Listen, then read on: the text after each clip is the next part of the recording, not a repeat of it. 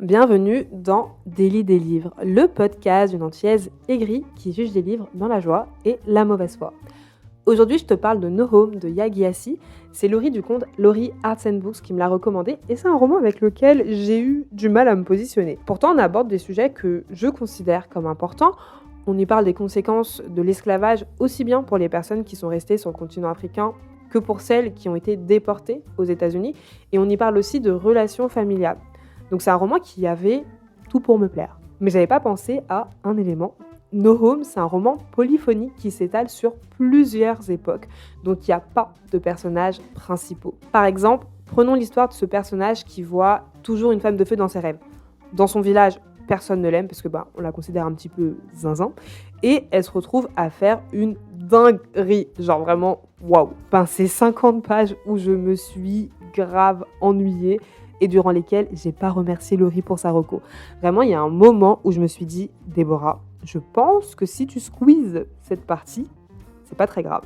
Autre chose qui m'a surprise et à laquelle je ne m'attendais pas, l'histoire des personnages déportés aux États-Unis m'a beaucoup plus captivée que celle des personnages restés au Ghana.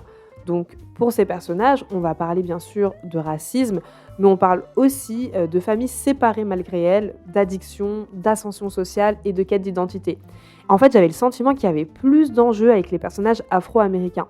C'est-à-dire que quand on parlait d'un personnage, on parlait aussi de l'état de la société américaine à une époque donnée. Donc sûrement que si tu allais 2 rues plus loin, il y avait un autre afro-américain qui vivait la même situation. Alors après, est-ce que c'est parce que je suis plus sensible à l'histoire des afro-américains dans le sens où c'est celle qui est la plus médiatisée et qui me fait le plus écho en tant que personne noire vivant en France?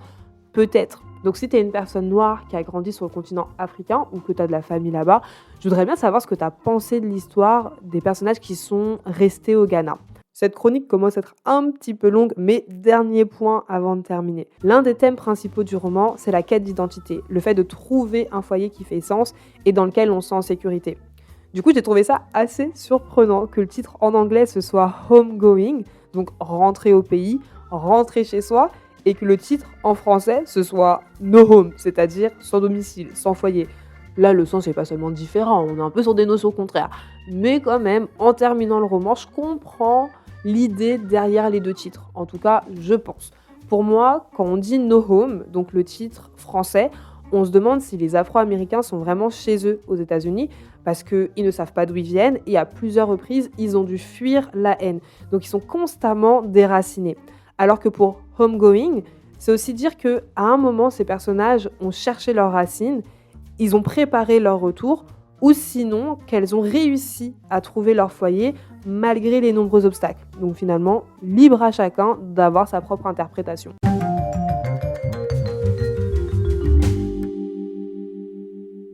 Pour la recommandation de la semaine, j'avais pensé à Afriqueville de Geoffrey Colvin, mais je l'ai recommandé quand j'ai parlé d'Ivy de Suzy Yang. Donc je ne vais pas de nouveau en parler, même si je pense que c'est une bonne reco. Donc si ça t'intéresse, on va voir l'épisode d'Ivy. Je vais partir du coup sur une autre recommandation qui est Pachinko de Min Jin-mi. C'est un roman historique dans lequel on va suivre une famille coréenne qui immigre au Japon dans les années 30. L'histoire commence en 1883 dans un village coréen avec le grand-père de la famille et elle se termine en 1990 avec le petit-fils. Je vais pas te faire un cours d'histoire, mais le XXe siècle, c'est quand même une période assez mouvementée, donc je te laisse imaginer tous les changements et les péripéties que cette famille va affronter. Et voilà, c'est tout pour mon avis sur No Home de Yaa Gyasi. La semaine prochaine, on change totalement d'ambiance, on parle de petits scandales entre politiques sans valeur ni morale. J'espère que mon retour t'aura permis de découvrir ta prochaine lecture, ou mieux, de t'éviter de perdre ton temps avec un livre qui ne te plairait pas. Et si tu lis par procuration, j'espère que tu auras passé un bon moment en ma compagnie. Et si c'est le cas, je t'invite à mettre 5 étoiles au podcast Délit des livres et à le partager à un ami qui a besoin de lecture dans sa vie. Sur ce, je te dis à la prochaine, je t'envoie des cœurs sucrés. Tchuss!